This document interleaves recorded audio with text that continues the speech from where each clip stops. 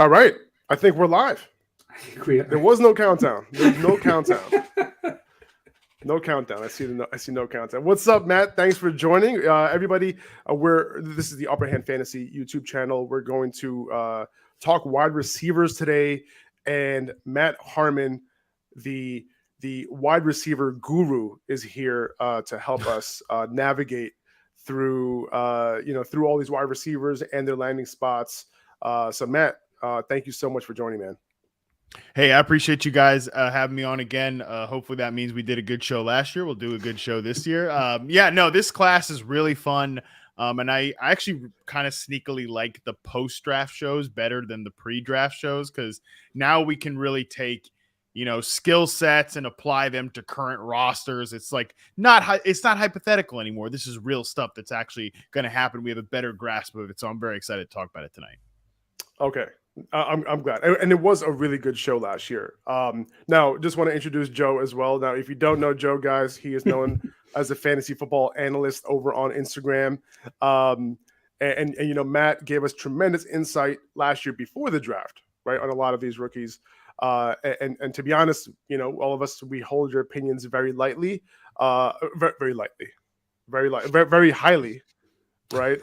And not just us, the entire fantasy community, right? So you're doing some amazing work. We thank you for helping us navigate through all the noise. And there's been a lot of noise, right? Like through this whole draft process, right? But you simply tell us who wins on their routes, who wins against man, who wins against press, who wins against zone, how often do they win? Can they separate? Who can separate?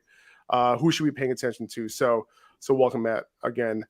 So if you guys don't know about reception perception, that's Matt's platform, where all his charting is his articles are I highly suggest you guys go check out and bookmark receptionperception.com and sign up to get the upper hand. All right, I have to. All right. Nailed it. Get the upper hand. Nailed it. On your league mates, when it comes to all things wide receivers. So, you have the incoming rookie class profiles on there. I saw that. You have veteran profiles as well.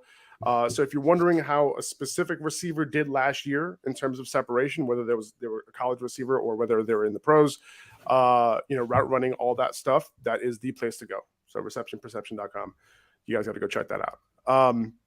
So, man, let's talk about this draft. This draft, the first round was fun, right? Like, did you guys feel that way? Like, it was insane. Just want to get your overall thoughts on the draft, Matt, especially that first round, all the movement that we saw. Yeah, it's funny, right? It starts off kind of slow a little bit. We knew this was not like really a sexy draft class because we didn't have the high-end quarterbacks. We knew that, really like the best bet of the entire draft was under 2.5 quarterbacks. Like there was just no way. It was clear the NFL was not high on this draft class from a quarterback perspective. So we knew that it wasn't going to be like in years past. It wasn't going to be like even last year when, a ton of guys went in the first round, like the first 3 picks were quarterbacks. Like even we didn't really know who the number 1 overall pick was going to be until, it seemed like it was going to be Trayvon Walker, but there was still some question right up until basically the pick was made. So it was a little slow at first, but then basically from picks, 10 to 16, 17, 18, something like that. It was just one thing after another. Even the veteran trades, obviously there's this huge prospect draft wide receiver run going on, with Olave and Jameson Williams and all these guys are starting to fly off the board. And then like Marquise Brown gets traded. It's like, wow, I didn't see Marquise Brown getting traded. That one kind of came out. And then like AJ Brown gets traded 10 minutes later. So it was a wild ride. It was good to be in the center of the wide receiver action. That's for sure. Yeah, man. And you must've been like, oh man, like I was charting him on this team and I was kind of projecting him to play in Baltimore. I was projecting him to play in Tennessee. And with both these guys moving to a new team, you have Rashad Bateman now, right? You kind of have to project him differently, obviously, right? Looking like the new number 1 wide receiver in Baltimore. Hollywood looking like the number 1, at least until DeAndre Hopkins is back. And then AJ Brown, I think, still, in my opinion, is still the clear alpha in Philly, despite him being paired next to a very good receiver in Devontae Smith. Just curious how you think that particular situation unfolds in Philly. They were a very run-heavy team, right, in the second half of the year. But you got to think that changes with A.J. Brown coming to town, no? Yeah, I'm also glad you brought up the name Rashad Bateman too. I think Bateman might be the biggest winner of the NFL draft, like from a non-rookie perspective. His 100%. profile is going to hit receptionperception.com on Monday, along with all of the other 2021 rookies, Devontae Smith included. And both those guys really good players. I mean, especially Bateman, I think is just going to be. I think he's going to be a number one receiver. But Devontae Smith was really good last year. I think he's a really good receiver. And one of my first reactions to the trade was, I always kind of hate when people are like, this can be good news for this receiver. But it's not really, you always want more targets, right? But from one sense though, I do think AJ Brown's presence, can allow Devontae Smith to be used in a more optimal manner. Last year, the Eagles basically ran out Devontae Smith as their pure X receiver. And what I mean by that is typically we think of the X receiver position as, like the old school number ones, the big players, that are going to line up on the line of scrimmage. You're going to play a ton of Dez Bryant types, Terrell Owens types, Randy Moss types back in the day. They're going to see a ton of press coverage. They don't move around into the slot. They don't move they don't get the free releases. Again, your typical old school number one receiver. I'm sure I'll throw around X receiver a ton on the podcast tonight, right? Especially when we talk about prospects like George Pickens. But I think Devontae Smith actually could be, better used in that flanker role, move around pre-snap, be used in those ways, get him some more routes against zone coverage.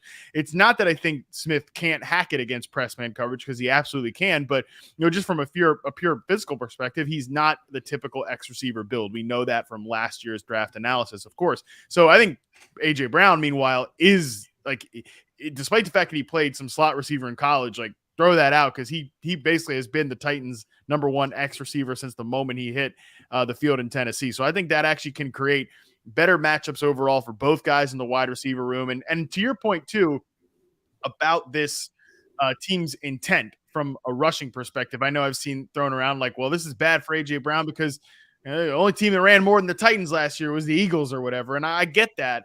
But you also have to think, was that out of intent or was it out of necessity? Because last year, outside of Devontae Smith, Dallas Scott 100% all year. Jalen Reagor is just not that ain't going to work at this point. That's not happening. Now you've got two really good wide receivers, a good tight end, Dallas Goedert you've extended. And remember too that the Eagles started off the year being on the complete opposite spectrum, where they were throwing the ball kind of too much. So maybe we see them meet in the middle this year, and that can potentially be enough volume. Obviously Jalen Hurts withstanding, there's always going to be a little bit of a decrease in passing volume when you got a rushing quarterback, but I don't think that the Eagles are going to be the team that they were to end last season, going forward and forever. Yeah, and I think that AJ Brown might still have that, top 12 upside, wide receiver one upside. He doesn't necessarily need, 170 targets to get it done, right? He is shown to be, efficient at times. He's shown to have that high ceiling, and he can give you 5 for 140 and a touchdown, right? He doesn't need 7-8 catches to get it done. 100%. Yeah, I don't think that you decrease him too much in terms of your rankings. I don't think you bang him down too much in terms of projections. I still have him, around wide receiver 9, wide receiver 10, somewhere there.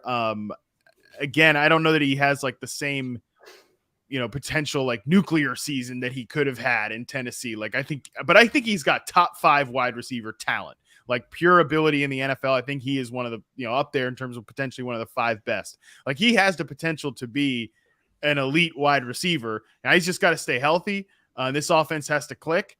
But I think that, again, he's leaving a run-heavy situation. He might be in still a little bit more of a run-heavy situation. And, Ryan Tannehill's a good quarterback, but, he's not one of the best quarterbacks in the NFL. And obviously Jalen Hurts is somewhere between average to slightly below average in terms of starters. So there's a lot of similarities, frankly, from the situation that he left to the situation he's in now. Yeah, totally hear that. Now, I love that perspective. Now, it was wide receiver night, basically, on day one of the NFL draft, right? So Drake London taken at number 8 as the first wide receiver off the board to Atlanta. Kyle Pitts gets someone to take some of that defensive attention away from him. He was literally the only guy there. The QB situation is in flux, obviously. It's Marcus Mariota for now, potentially transitioning to Desmond Ridder at some point. But there was a ton of talk before the draft around London, right? And the fact that, he depended on maybe that is not a fact, but there's a lot of talk about him depending on contested catch situations, right? A perception that he can't separate. And I really want to hear your thoughts on him as a prospect and also his landing spot with the Falcons. Yeah, I think that, look, obviously he is a great contested catch receiver. I think he's the best contested catch receiver among this year's prospects. He ranks number 1 on receptionperception.com in contested catch conversion rate, and he saw a ton of those opportunities. But I think he was thrown into a lot of those situations when you go and watch him. I mean, he is not a Devontae Smith type of separator or a Garrett Wilson type of separator or a Chris Olave type of separator. He's not at that level, but I think he's the best underneath route runner in this class. We're talking about slant routes, flat routes. They screened him a ton of touches, but even on curl patterns too, I really think he runs those short routes in a very similar fashion to like a Michael Thomas. And, you're looking at him as like a 72.8% success rate versus man coverage player. That's pretty close to like a Jamar Chase last year. And, Jamar Chase was I had no questions about him as a separator. I got no question about Drake London as a separator, and they sort of win in obviously two different ways. Chase was a great deep threat in college. He's a great deep threat in the NFL. I don't know that Drake London's going to be that type of player. He's going to win contested passes down the field. So I think he has Drake London. That is, I think he's got a lot of volume potential as a, inside outside versatility player. I think he's got a lot of potential to eat up passes on those slants, flats, curls, things like that. But he does have some big play upside as well because he's such a great contested catch receiver and he can win in the deep game in that fashion. Great success rate versus zone, solid success rate versus man and press. I think he is the best receiver from this year's draft, because of his ability to get open in those short and intermediate areas. And I mean, they're going to have a ton of fun down there in Atlanta, right? Like looking at matchups that they can create with Kyle Pitts and Drake London, these two twin towers there. I'm actually really excited to see how they roll these guys out. Like who plays more outside receiver, who plays more in the slot. There's a lot of versatility on the table with London and Pitts. Yeah, for sure. And Joe, I'm just curious to get your thoughts about London overall, paired up with Kyle Pitts and the fact that, in college, Drake London, freshman, sophomore year, he played out of the slot most of the time, right? And he played with Amon-Ra St. Brown, he played with Michael Pittman, and he did, break out relatively early too. So I'm just curious to hear your thoughts on the landing spot. Yeah, I mean, like if there's one team that needed a wide receiver, it was the Falcons. I think we're going into the season with Auden Tate, Olamide, Zacchaeus, name a couple other guys on that roster, Frank Darby, if you will, but they definitely had a need for the wide receiver position. Calvin Ridley obviously suspended. It's going to be interesting to see, like what Matt said, how they use him, right? Like, are they going to use him in the slot, let him sit on the outside? I don't see a problem with him against NFL DBs. Like Matt said, he's the best contested catch receiver, not only in this class, but I'm pretty sure he's up there in the NFL too at this point. But my comp for him was a guy like Mike Evans. So I can definitely see him playing that type of role. Kyle Pitts wasn't really involved too much in the end zone last year. So it really makes me think maybe Drake becomes that guy. It's going to be tough. Obviously, it all depends on Marcus Mariota. It depends on if Ritter's going to come in. But I love Drake. I love Drake London. I'm going to try to snag up as many drafts as I can.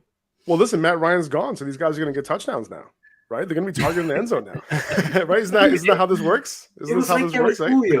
For so long, it was like that with Julio. It was like Julio just never scored. You just always waited for him to get that. It's crazy, right? And we're just like, yeah, don't worry. It's going to regress to the mean. Don't worry.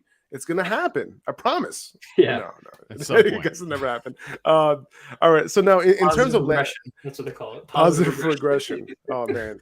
All right. So Garrett Wilson gets drafted by the Jets at 10. And that's quite the young duo, right? Between him and Elijah Moore.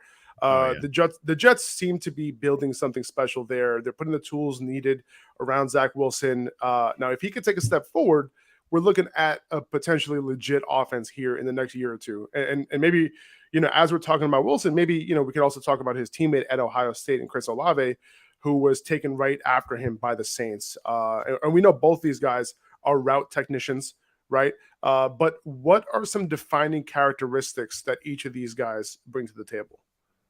I mean, you're right about the Jets offense. If Zach Wilson does take that step, this offense is looking really good. If Mekhi Becton shows up and is ready to rock at left tackle, they've got him. They've got Elijah Vera Tucker, who they drafted last year. They made additions in free agency too. They've stacked up the tight end room too. They took Jeremy Rucker in this year's draft. They'd added 2 free agents there as well. Elijah Moore, you guys know I'm a huge Elijah Moore fan from last year's class. It's like now it's like, oh yeah, Corey Davis is there. It's like he might not even play that big of a role. And this is a guy that gave like 18 million per year to last year. Like when have the Jets ever had an embarrassment of riches at the wide receiver position? And if Garrett Wilson and Elijah Moore hit the ceilings that I think these guys can have, we're talking about a really, really interesting offense for sure. They even brought back Braxton Berrios, like him and Zach Wilson take like pictures together with each other's names on their shirts or the shirts. So, I mean, there's a lot going on potentially for this New York team. Matt, just keep going. I'm a Jets fan. So like, I was just grinning. I was just grinning ear to ear as you were talking. Like I couldn't stop smiling. Like or Zach Wilson. Yeah. I mean, there's for us, it's all, and Breece Hall in the backfield. I mean, Michael Carter, too. There we go. That's what I'm talking about.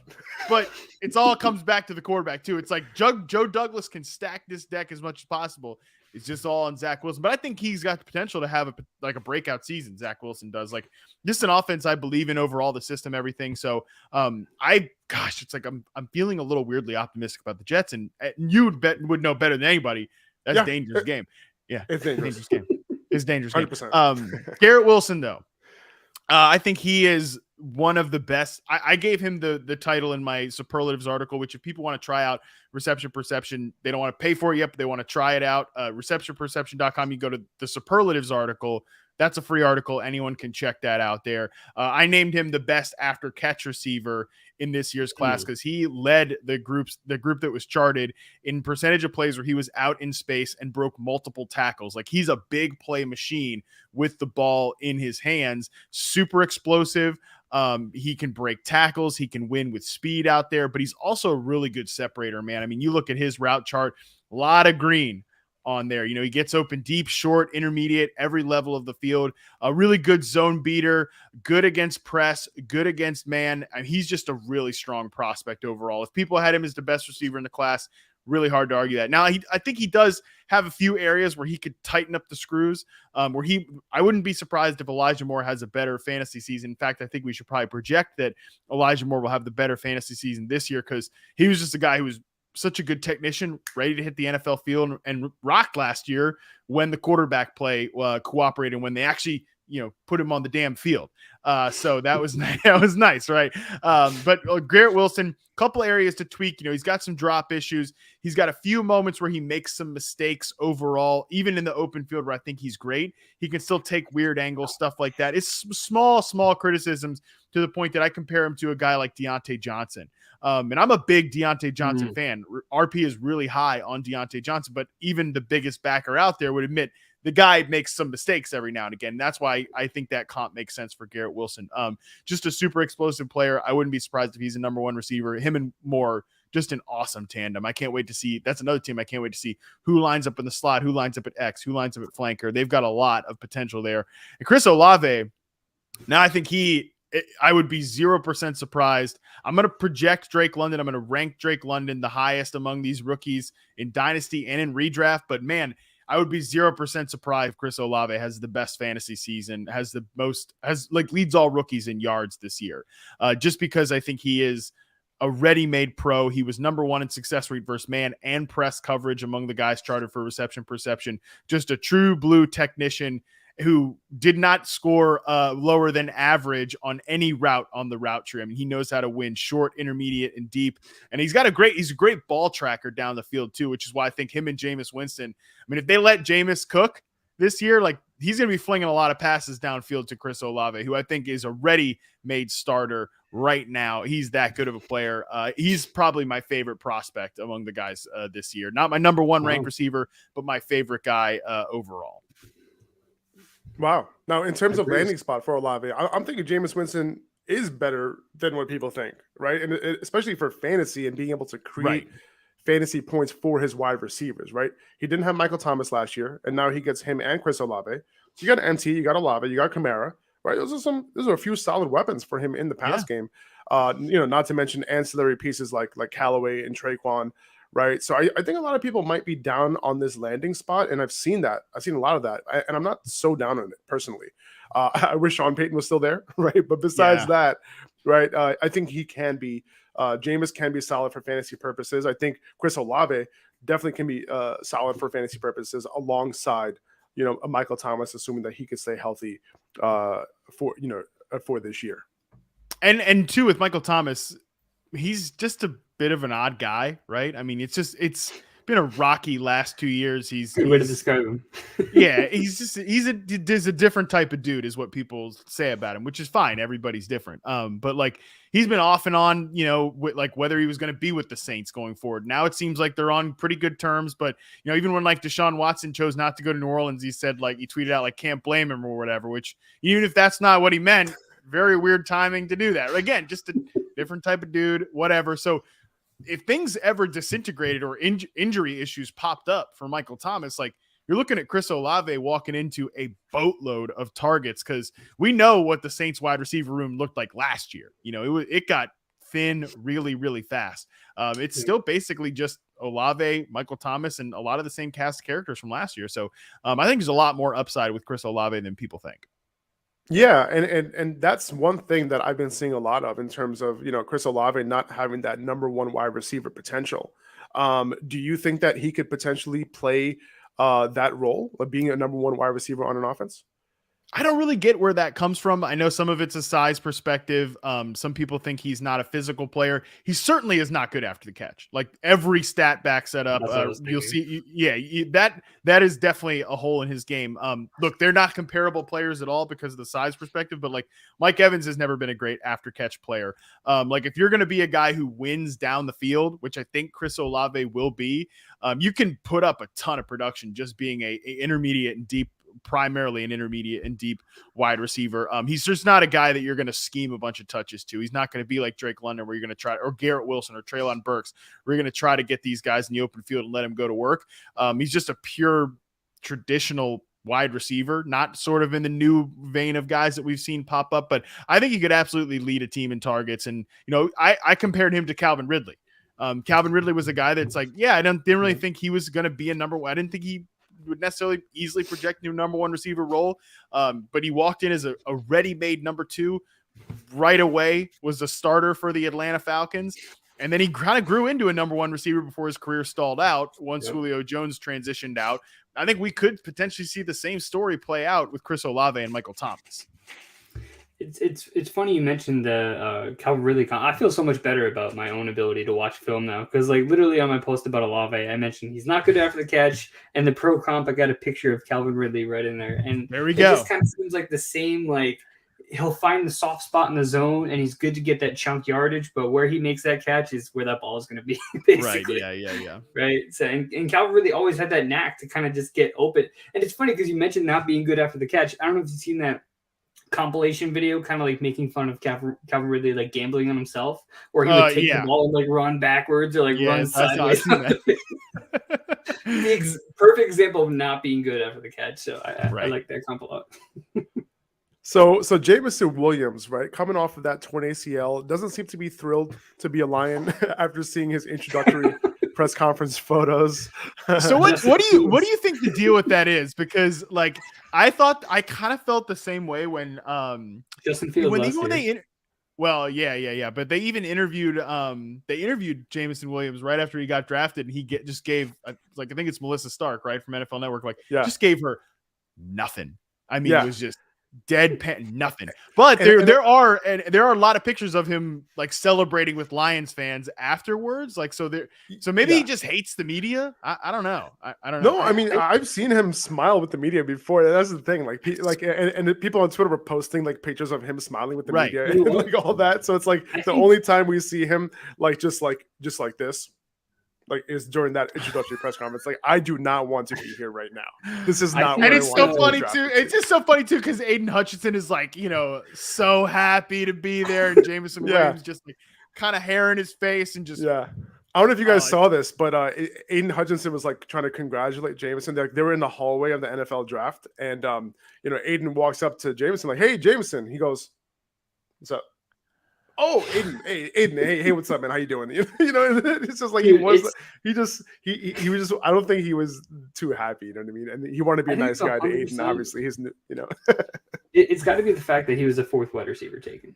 And I think that's what it is for Could these be. guys. Like he sees, the Saints trading up for Olave. He sees Wilson go in front of him. He sees London go in front of him. I feel like some of these guys feel like every guy in the draft is the best guy in this draft class. So he might have taken that mentality to the point where. And there was a lot of steam on Williams as like potentially the first wide receiver leading up to the draft. There was some like talk like Atlanta. Atlanta or even like the Jets. Like there was some talk like, hey, if the Jets want him if they want him at 10, they better just take him at 4 because teams are going to be ready to get up there. But I don't know. I ranked him wide receiver 4. I felt pretty comfortable. I mean, look, Jameson Williams probably doesn't agree with me, but I felt like he was the 4th wide receiver in the draft. I think it made sense. And the landing spot, right, guys, is the biggest surprise of it because no one saw Detroit making that trade up, especially for a wide receiver. With the Vikings, nonetheless. Yeah. The fishing rifle. Right. Yeah, it was nuts. But obviously, we all know that Jameson Williams can totally burn fast, one of the fastest players just on the field. You see him outrun SEC defenses, like everybody on the defense, at least 2 or 3 times a game. I think obviously good player against success rate versus man press. Success rate versus zone and man. Definitely a guy who knows how to get open. The areas where I think he can improve, curl routes, comebacks, those routes where he's going to snap back to the quarterback. That's the type of thing that can take you from being just a situational deep threat to like a number 1 receiver. Is he going to be more of like a Mike Wallace, or is he going to be more Deshaun Jackson? Is he going to be Will Fuller? Or is he going to be, again, kind of like a Tyreek Hill type of guy? Hill, Jackson, those guys knew how to control their speed, throttle down, snap back to the quarterback while selling that vertical pattern. That just leaves you like with yards and yards of separation. Is he going to be one of those type of guys, or is he going to be more of like a Mike Wallace, who I think is kind of a comfortable comparison for him right now because he's not great off the line of scrimmage. There's some issues against press coverage for sure, but there's a lot of potential there. If he can develop sort of those areas in his game, I think he could become a number 1 receiver, but I wouldn't be surprised if he ends up being more of a better NFL player than a fantasy player, just because like if you're not going to be a Deshaun Jackson, if you're not going to be, a Tyreek Hill and command a ton of targets, if you're going to be that Mike Wallace type of guy, you typically want someone else in the receiver corps to go along with you. And I mean, they have a good guy in Amon-Ra St. Brown there, who I'm a big fan of. Like, I think those 2 guys actually really, from a skill set perspective, complement each other really well. So I see why Detroit looked at those 2 players and were like, we have to go get Williams because he will actually really complete this offense and where we want to go. And they have a bunch of underneath guys, right? They have Swift, they have Hawk, they have Amon-Ra, right? And like just adding him brings that element of speed, opens up the entire offense, and creates space, right? Now I could be wrong about this, but I don't see him making a huge impact, especially year 1 coming off of the ACL, right? I love the skill set, obviously.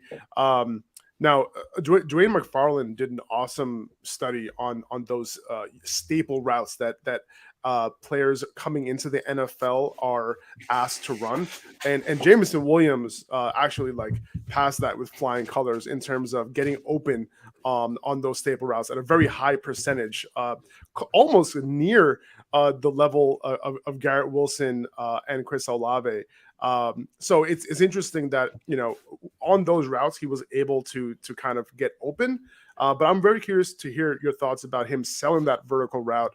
What did you see in the charting that you've done so far in terms of selling those vertical routes, making those comebacks? Do you think he's not there yet? Do you think he does some of that properly? What did you see there?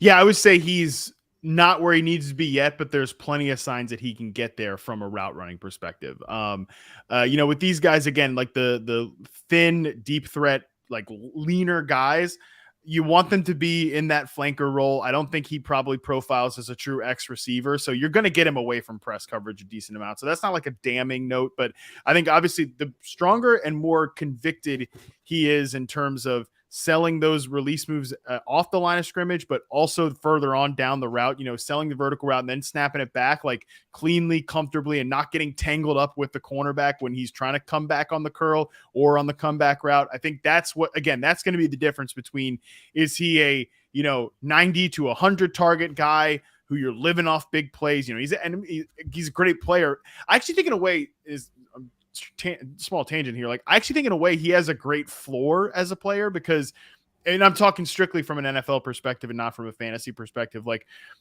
because he's going to get out there and he's going to dictate coverages and he's going to dictate the way defenses approach the Detroit Lions. If he goes out there and he rips up a few big plays early on, because everybody knows the speed profile. And he's going to make a handful of game-changing plays across the course of a season. That's going to be great for the Lions. Now, so again, is he going to be that type of guy, the 90 target guy who makes those big plays sporadically and dictates coverages? Or is he going to be a true number one receiver? I think some of those technical issues that we're talking about here, taking those from average to great or even average to elite, that's the difference here between a 90 target guy who dictates coverages and makes big plays to a guy who gets like 120, 130 targets and is somebody that's among, the 15 best receivers in football or something like that. Okay. I love that. That's great context. Now, moving on to the 16th pick in the NFL draft, Jahan Dotson was taken a lot earlier than I thought he was going to be taken. 16th overall to the Commanders.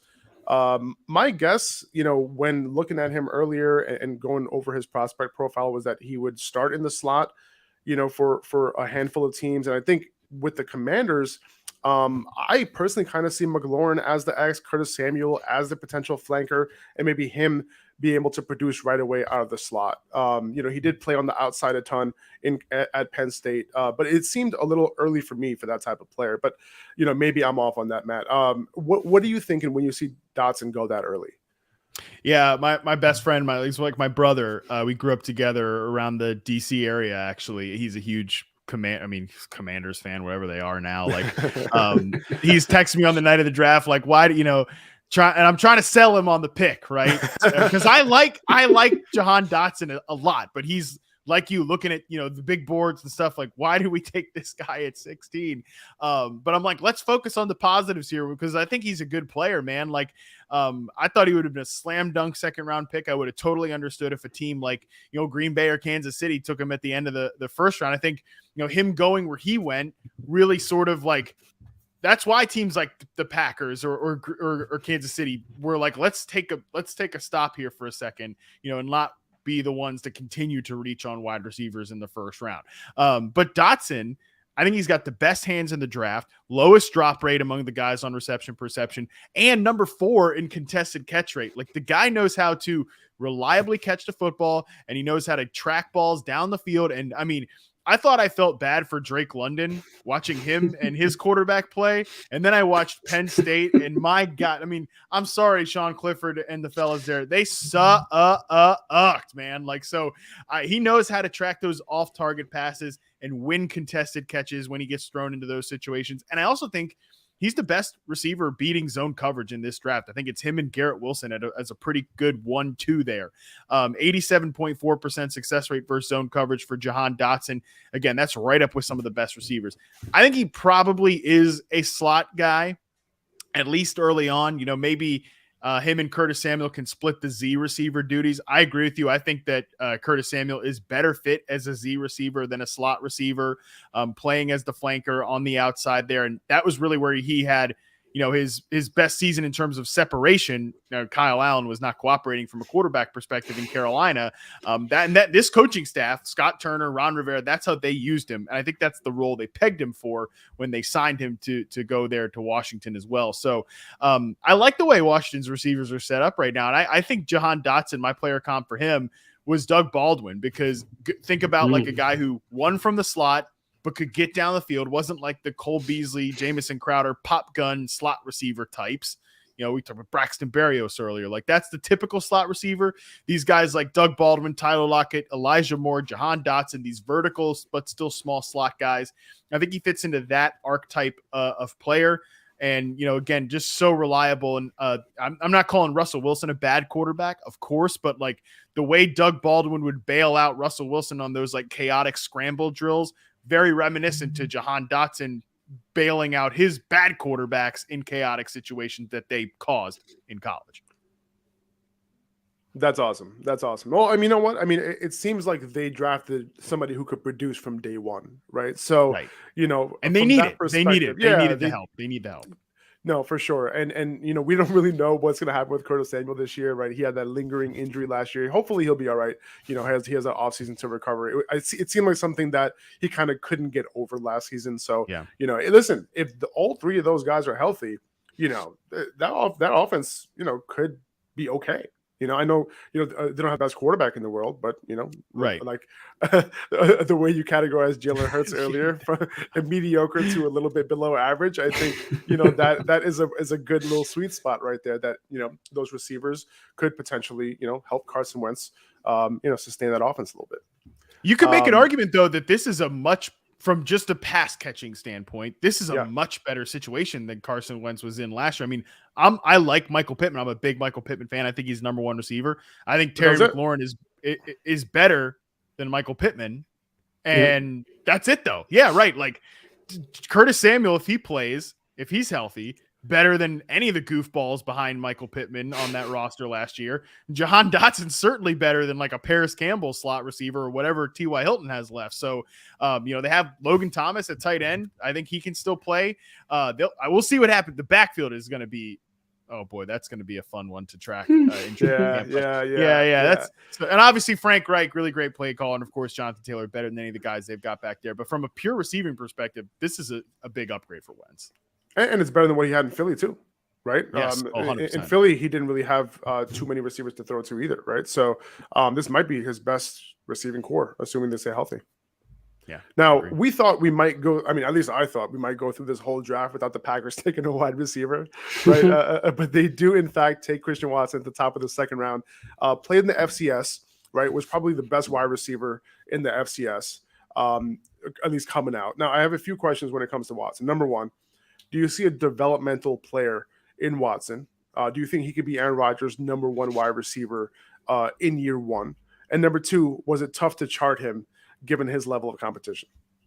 Yeah, so this year, in order to get more guys on the website, I have full prospect profiles on 12 guys. That was the same as I did last year because college film is harder to come across than NFL film, and certainly at the FCS level, definitely harder to come across. I put a feature up this year called the Rookie Roundup, where I took like 2 or 3 game samples of guys. And so they're not like the normal 8-game sample for reception perception, not the normal sample sizes. So they're not going to affect like historical percentiles or success rates or anything like that. But just to kind of give people a taste of these guys. Christian Watson was one of those players, Calvin Austin, Khalil Shakir, a couple of names in the Rookie Roundup. But I obviously, again, Christian Watson fit into that group. So not a player that, he's just a tough player to evaluate, man. Because like even in that offense, they're running the ball a ton, not getting a ton of pass routes. I don't feel like, I even said this, and just to be honest, like I don't feel super comfortable with the data, the route data that we have of him, just because it's such a limited sample size. However, I do think certainly a raw player. He's got to get better in terms of being precise on his cuts. He's got to get better. There's just not a lot of reps of him against press coverage either. He's just a very big projection right now, but I think if he hits, I think he could be a player. I know MVS is like the popular comp, which I wonder how that makes Packers fans feel, right? Like, I don't know. Like it's a weird comp for me. Yeah. I had Chase Claypool.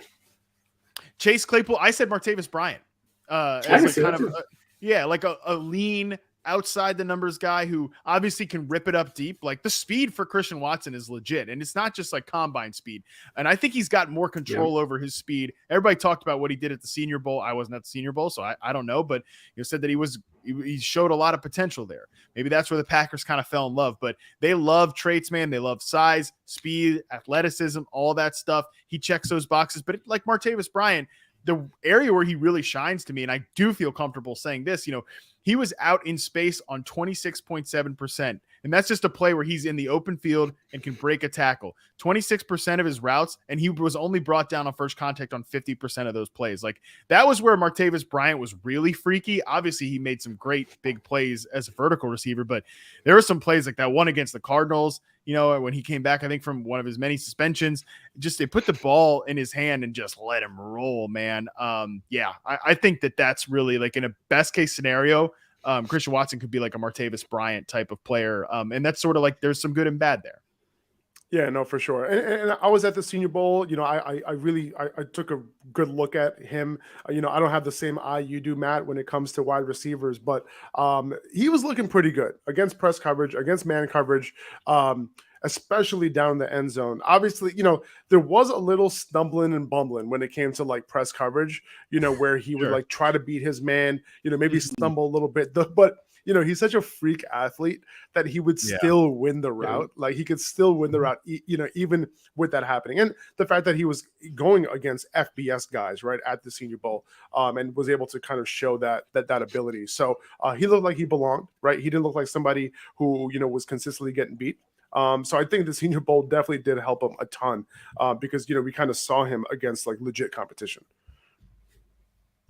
So let's move on to the next pick here. I want to know what you think about George Pickens. You mentioned him earlier. He had to deal with that ACL injury last season. He also dealt with some terrible quarterback play the year before that, but had an amazing freshman year, right? He broke out at 18.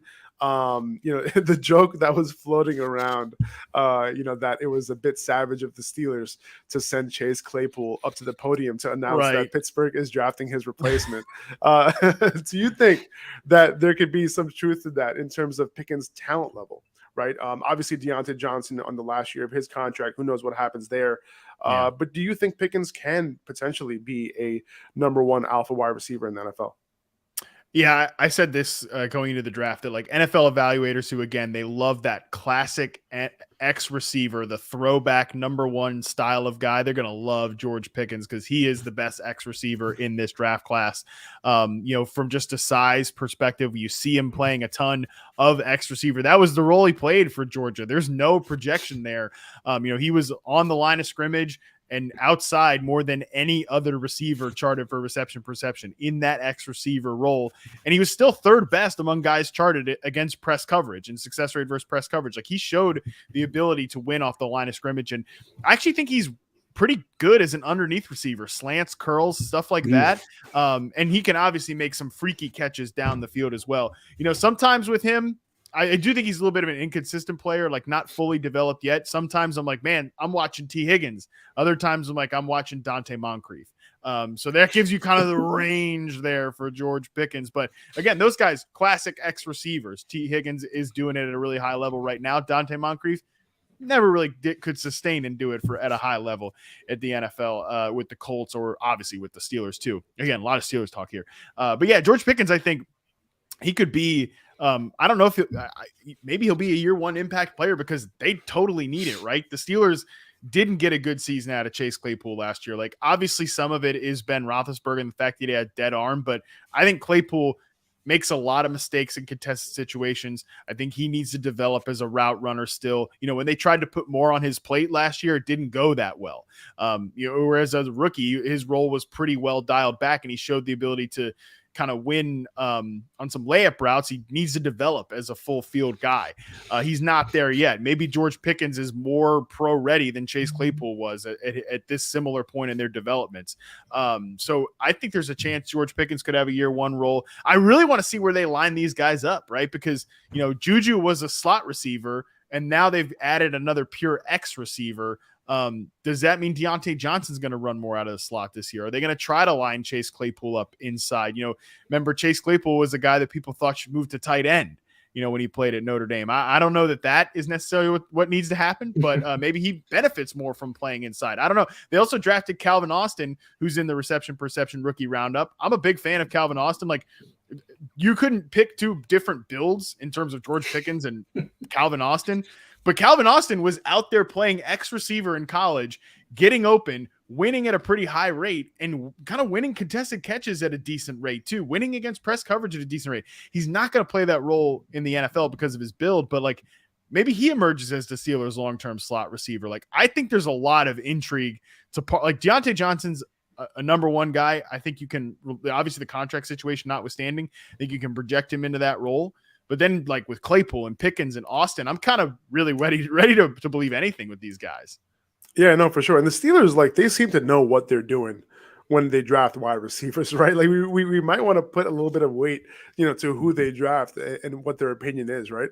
And you brought up Calvin Austin. He was another guy who was at the Senior Bowl, and I'm gonna tell you this right now, like nobody could cover him. Like, there was nobody at the Senior Bowl who could cover him. If you're talking one-on-ones, if you're talking press coverage, it didn't matter. The dude knew how to release off the line, and he was out.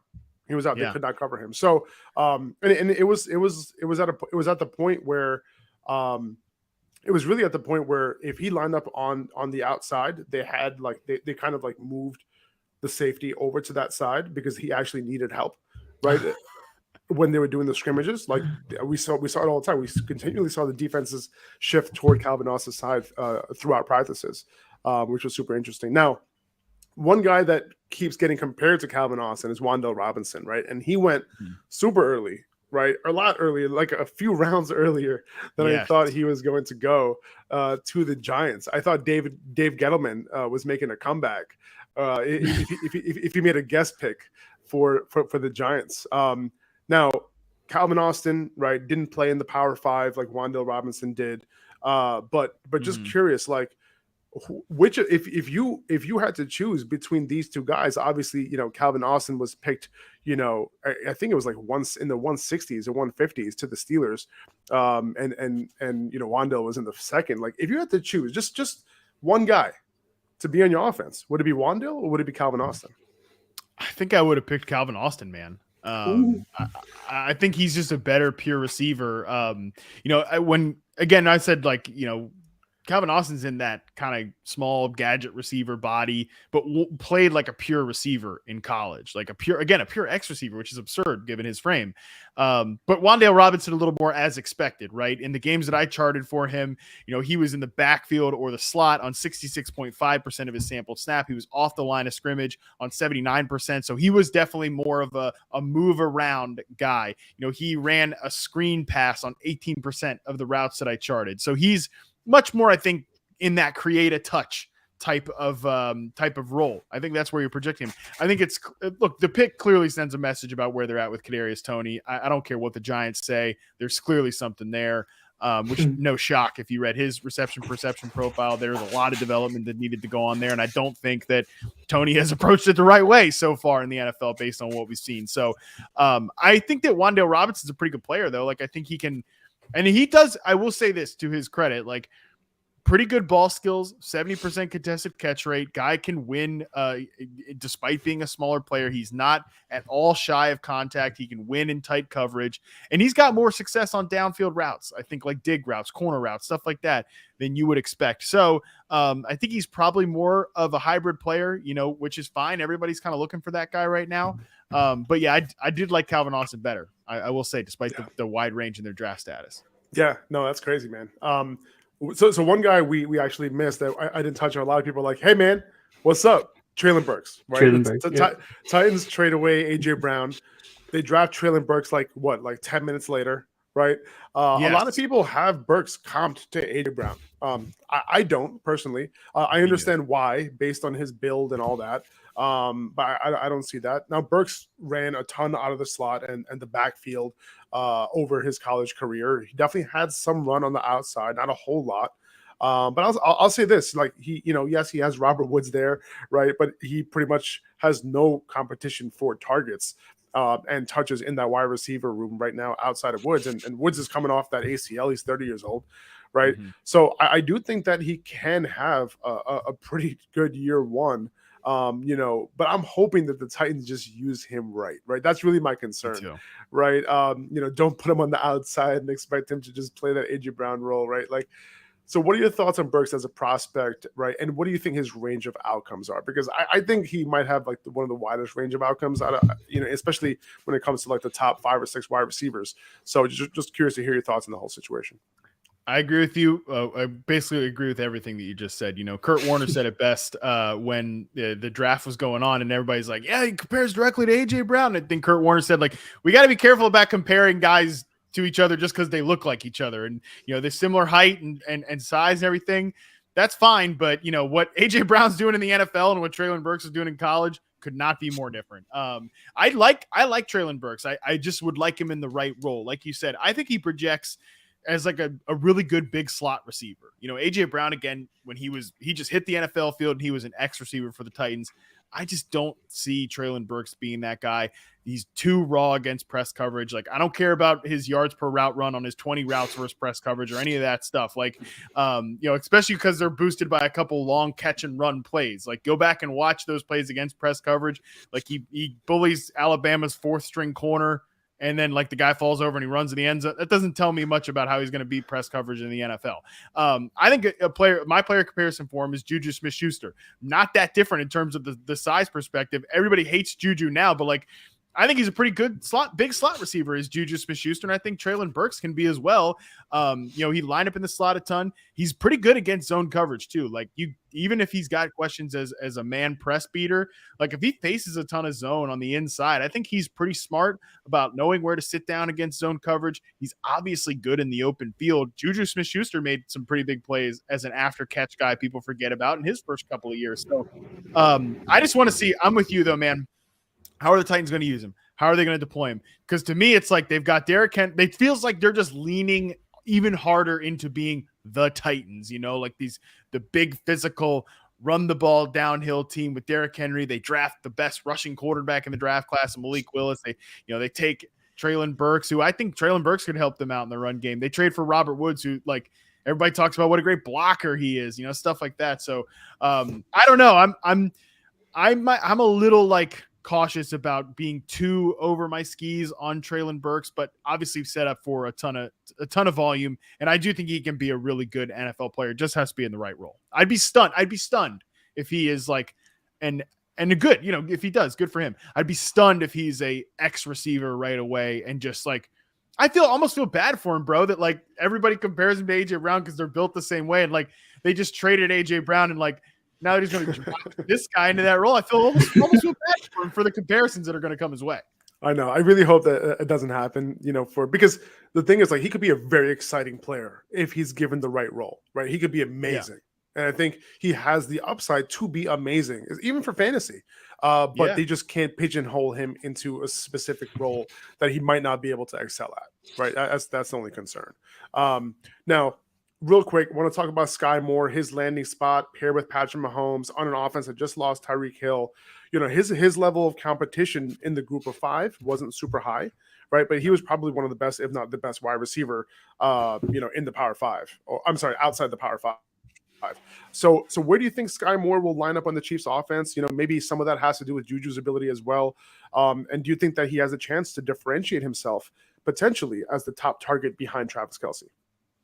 I can't believe Skyy Moore was he like the 10th receiver off the board, even farther down than that? I mean, Giants taking Wan'Dale Robinson with Skyy Moore's on the board. Like, come on, like that's nuts. Right. Exactly. Dude, Skyy Moore is a great player. I really am excited about him. He absolutely ripped it up in his reception perception sample. Again, you brought it up, lower level of competition.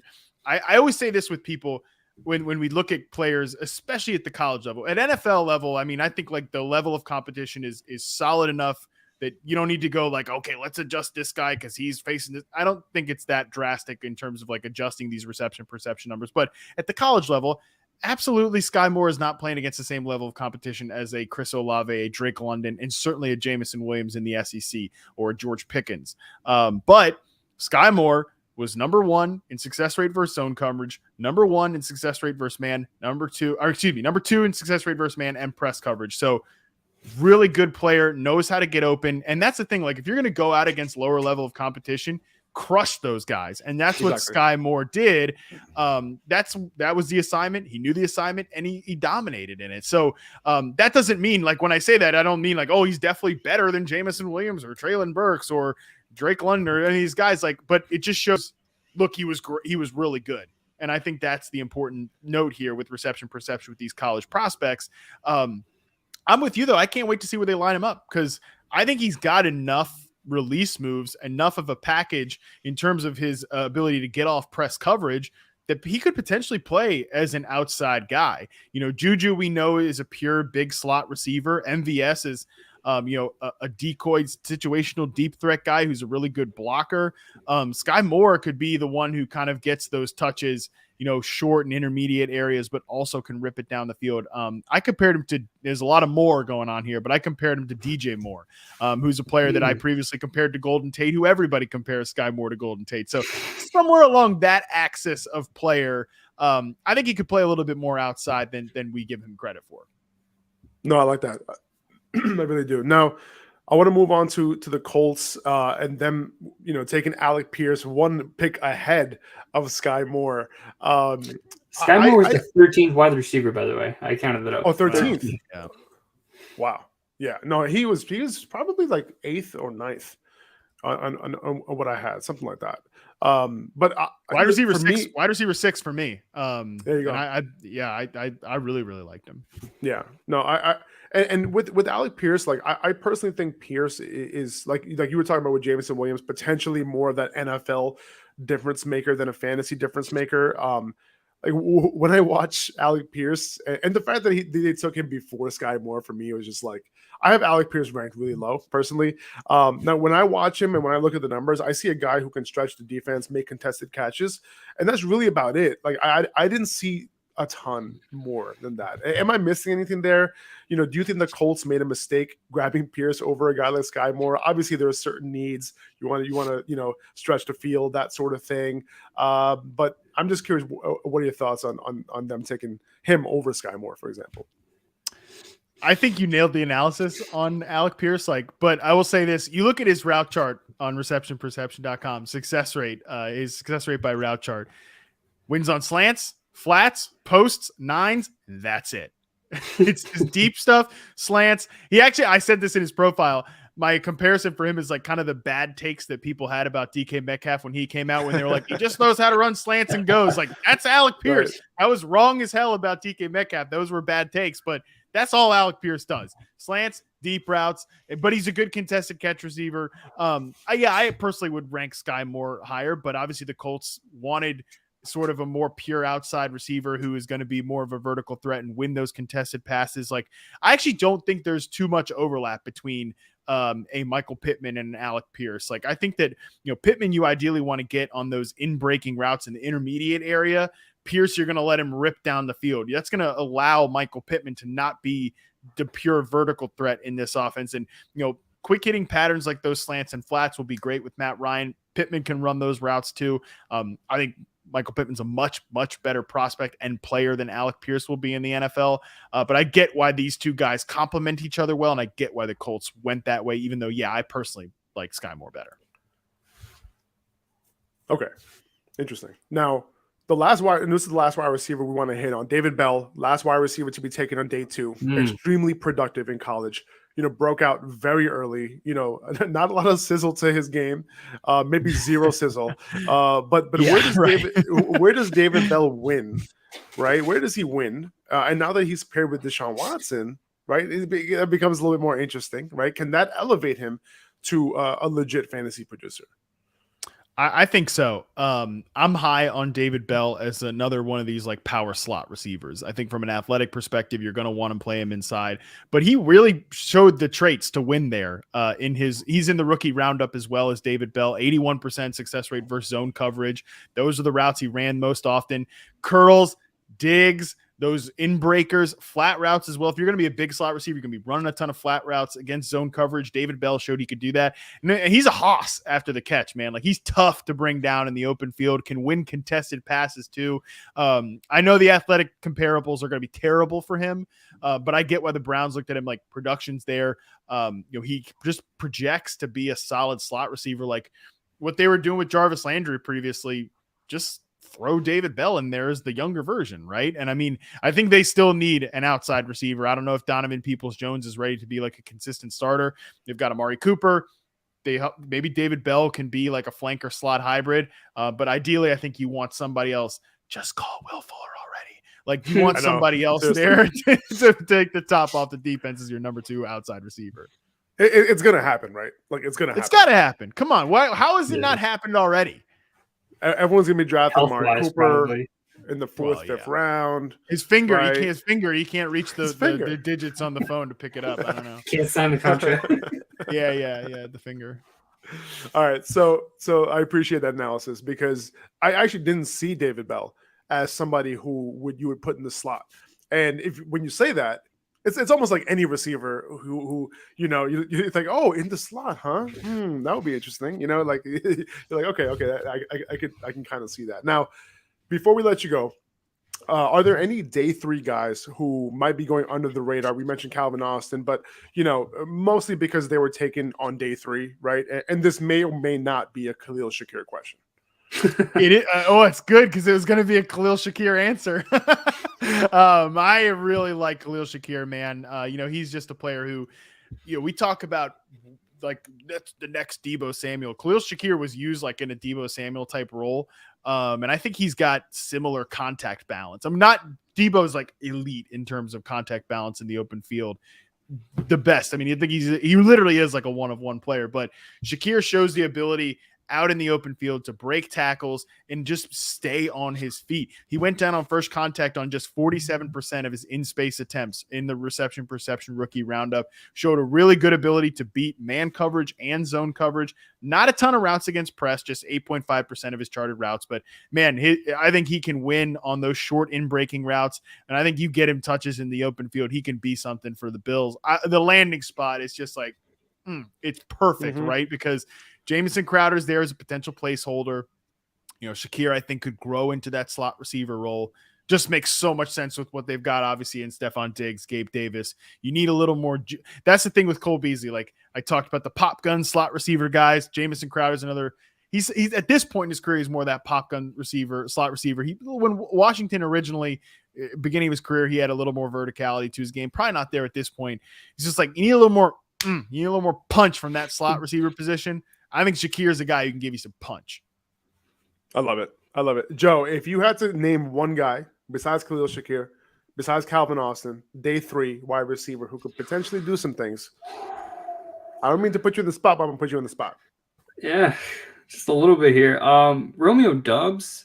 I mean, like, and again, am I not pronouncing his last name right? Doubs, I think that's how you say it, actually. Doubs, Romeo Doubs. Doubs. But, I mean, like, obviously, any wide receiver landing in Green Bay at this point, just kind of who's going to take that next step. If Christian Watson doesn't take that next step, maybe Doubs. I'm not going to get over that. It's Doubs. But it's Doubs. Noted. But, I mean, like, I don't really see – we talked about Calvin Austin already. Khalil Shakir is definitely another guy we could have talked about. What was his name? Bo Melton. I've heard good things. Bo Melton out of Rutgers, yeah. Yeah, I mean, 7th round to the Seahawks in a room where they really don't have an answer at wide receiver 3 other than, I guess, Dwayne Eskridge, which well, who's going to be good? Bo Melton's brother coming out next year at corner. He's actually going to be good. I think so. Yeah, I think so. Well, we'll be looking out for that. But as far as receivers go, the only guy I can really think of, other than guys we really talked about, is Romeo Doubs, only because of the landing spot, his size, and what he could do on that offense. So, yeah, I'm really curious what happens with Justin Ross. Just to see like, hey, can he do Kansas something? City, Can right? he? He ended up undrafted and he ended up signing with Kansas City. So we'll see what happens. I was curious to, the fact that he landed with Kansas City, that's great. But I was just curious to see what would happen with him regardless, because of that monster freshman year. And obviously, real health concerns there. But I couldn't believe that he went undrafted. I thought a team would take a shot on him, maybe 5th, 6th round, or even earlier, honestly. I thought it was stunning, too, that he didn't get like signed right away. Maybe that's like, okay, teams are taking their time or he's taking his time to make a decision, but that usually is like a little bit of a red flag to like, he wasn't like an immediate, the draft is over, signed a contract on Saturday. It took him a little bit to land with the Kansas City Chiefs, but I didn't think his film was as good as some other guys did. Film watchers I respect last year really thought his film was great last year. Reception results. Yeah. Not reception perception results, not as much. I thought he would be like in an Alan Lazard type of role. Again, another power slot type of guy. And, Kansas City, Juju is only on a 1-year deal. Like, let's have him make the freaking team first. But, I mean, maybe that's a long-term replacement. One other J3 guy I just want to shout out, Kyle Phillips out of UCLA. Like, goes to the Titans late in the draft.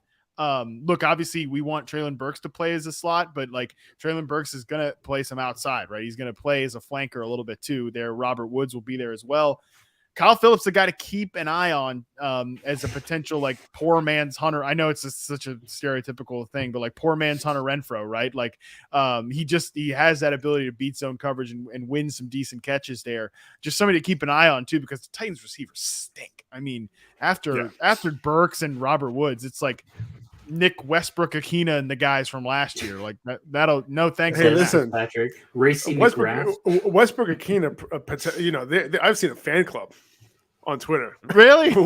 Well, yeah, I've seen him. I've seen him, man. Watch out for those guys, honestly. Every weird random player in the NFL's got a fan club. That's true. Seriously, man. All right, so Patrick Blair.